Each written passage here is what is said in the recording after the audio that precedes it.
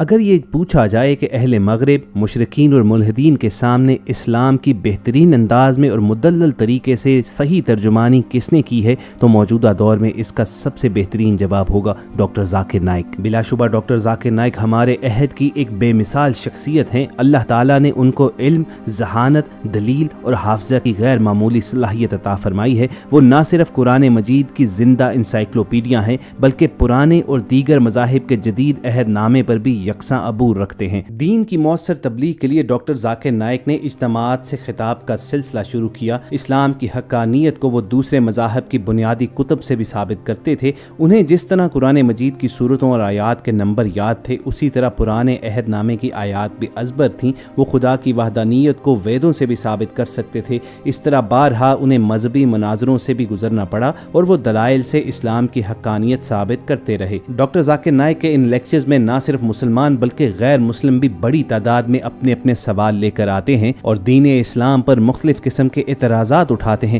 قرآن مجید کو جانچنے اور پرکھنے کی کوشش کرتے ہیں، مگر ڈاکٹر ذاکر نائک انتہائی مدلل انداز میں اس کے جواب دیتے ہیں۔ ہم سب کی آج کی ویڈیو میں آپ کے ساتھ وہ واقعہ شیئر کریں گے کہ جب ایک ہندو لڑکی نے ڈاکٹر ذاکر نائک سے ایک خاص موضوع کے حوالے سے سوال کیا اور انہیں یہ کہا کہ اس موضوع کے حوالے سے قرآن کریم کی کوئی آیت لے کر آئیں، مگر حیرت انگیز طور پر ڈاکٹر ذاکر نائک نے معذرت کی کہ اس موضوع پر قرآن کریم کی کوئی آیت نہیں ہے۔ ڈاکٹر ذاکر نائک کے اس حیران کن اعتراف پر مسلمان تو خاموش ہو کر بیٹھ گئے، مگر اس ہندو لڑکی کے حامیوں نے خوشی منانا شروع کر دی کہ شاید زندگی میں پہلی مرتبہ ڈاکٹر ذاکر نائک کسی مناظرے میں ہار گئے ہیں۔ مگر پھر ڈاکٹر ذاکر نائک نے اپنے روایتی انداز میں دلائل دینا شروع کیے اور ایسا بہترین جواب دیا کہ سب کو خاموش کروا دیا۔ اس ہندو لڑکی کا سوال کس موضوع پر تھا اور ڈاکٹر ذاکر نائک نے اس کا کس انداز میں جواب دیا، ہم سب کی آج کی ویڈیو میں آپ کو بتائیں گے، مگر آگے بڑھنے سے پہلے ایک یاد دہانی کروا دیں کہ ریڈ بٹن پر کلک کر کے اور بیل آئیکن کو پریس کر کے ہم سب کے سبسکرائبر بننا مت بھولیے تاکہ ایسی انفارمیٹو ویڈیوز آپ کی روزمرہ زندگی میں شامل رہیں۔ دوستو، کچھ عرصہ قبل انڈیا میں ہونے والے ڈاکٹر ذاکر نائک کے ایک لیکچر کے سوال و جواب کے سیشن میں ایک ہندو لڑکی مائک پر آئی اور اس نے اپنا تعارف کرواتے ہوئے کہا کہ میرا نام بھاونا ہے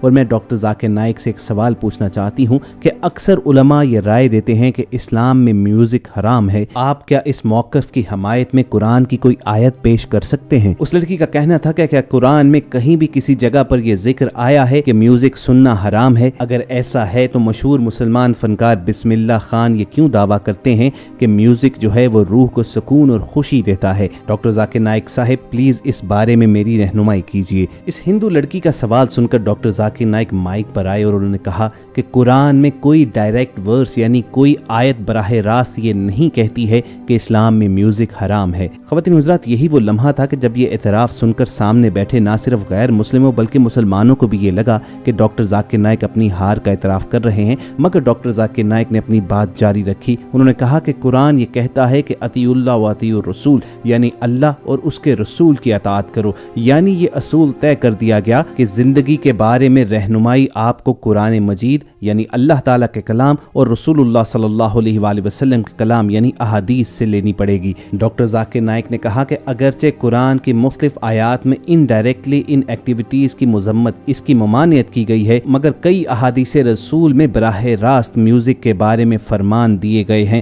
رسول اللہ صلی اللہ علیہ وآلہ وسلم کی ایک حدیث میں یہ کہا گیا ہے کہ صرف دف جو ون سائیڈڈ ڈرم ہوتا ہے اس کو بجانے کی اجازت ہے، دف کے علاوہ تمام میوزیکل انسٹرومنٹس حرام ہیں۔ تو اللہ اور اس کے رسول کے اطاعت کے اصول کے تحت ہی علماء یہ فتویٰ دیتے ہیں کہ اسلام میں موسیقی حرام ہے۔ جہاں تک آپ نے یہ بات کی کہ بسم اللہ خان یہ کہتے ہیں کہ میوزک سے روح کو سکون اور خوشی ملتی ہے، تو میں اس آرگومنٹ کے جواب میں یہ کہوں گا کہ میرا ایک دوست تو یہ بھی کہتا ہے کہ اسے شراب سے خوشی اور سکون ملتی ہے، تو کیا یہ فیصلہ ہو جائے گا کہ شراب انسانی صحت کے لیے ٹھیک ہے اور اسلام میں حرام نہیں ہے؟ چنانچہ کسی کی ذاتی پسند ناپسند کوئی آرگومنٹ نہیں ہو سکتی، اس کی بنا پہ کوئی چیز حلال یا حرام نہیں ہو سکتی، بلکہ ہمیں اطیع اللہ و اطیع الرسول کے اصول کے تحت ہی ان چیزوں کا فیصلہ کرنا ہوگا۔ آپ نے سب سے پہلے کلام الہی یعنی اللہ تعالیٰ کی کتاب سے رہنمائی لینی ہے، پھر بھی اگر آپ کے ذہن میں کوئی کنفیوژن باقی رہے تو پھر آپ کو احادیث رسول صلی اللہ علیہ وآلہ وسلم کی جانب دیکھنا ہوگا۔ موسیقی اسی طرح انسان پر کیف و سرور اور نشہ طاری کرتی ہے جس کی ایک مثال شراب بھی ہے، یہ لوگوں کو اللہ کی یاد سے غافل کر سکتی ہے،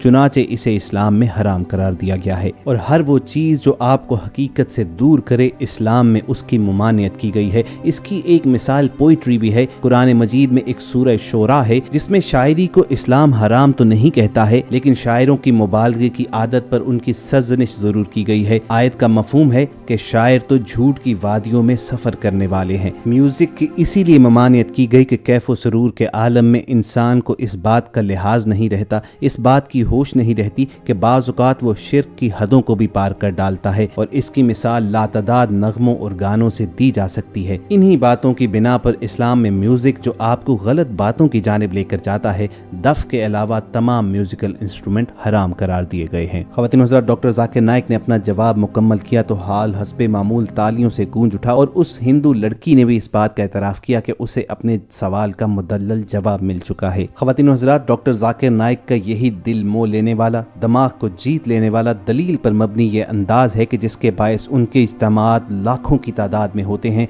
ना सिर्फ मुसलमान बल्कि गैर मुस्लिम भी इन लेक्चर्स में खिंचे चले आते हैं, अपने अपने सवालात उनके सामने रखते हैं, और जब वो उसके बेहतरीन जवाब पाते हैं तो उनके जहन की कन्फ्यूजन दूर हो जाती है, दीन हक उन पर वाज़ेह हो जाता है और वो इस्लाम कबूल करने पर मजबूर हो जाते हैं। ऐसी लातादाद वीडियोज़ हैं कि जिसमें कोई शख्स इस्लाम के ख़िलाफ़ कोई सवाल लेकर डॉक्टर जाकिर नाइक के सामने खड़ा हुआ, और जब उसको जवाब मिल गया तो वो आंसुओं के साथ रोते हुए कलमा पढ़ने लगा। डॉक्टर जाकिर नाइक की तबलीग की खुसूसियत ये है कि वो दूसरे मज़ाहिब की किताबों से इस्लाम की हक्कानियत साबित करते रहते हैं, और उनकी इन्हीं बातों की वजह से रफ्ता रफ्ता उनके जलसे इतने बड़े बड़े होने लगे कि जिन्हें देखकर ही ताज्जुब किया जा सकता था। इन्हीं जलसों में उनके खिताबात से मुतासिर होकर सैकड़ों अफराद ने इस्लाम कबूल किया, और बस इस्लाम की यही तबलीग हिंदुस्तानी हुक्मरानों के गले की हड्डी बन गई। डॉक्टर जाकिर नाइक ने एक टीवी स्टेशन कायम कर लिया जो पीस टीवी कहलाता है, और जिसकी नशरियात हिंदुस्तान को छोड़कर दुनिया भर के मुल्कों में देखी और दिखाई जाती हैं। लेकिन हिंदुस्तान के सेकुलर हुक्मरानों को बेज़रर तबलीग का ये अंदाज भी रास ना आया,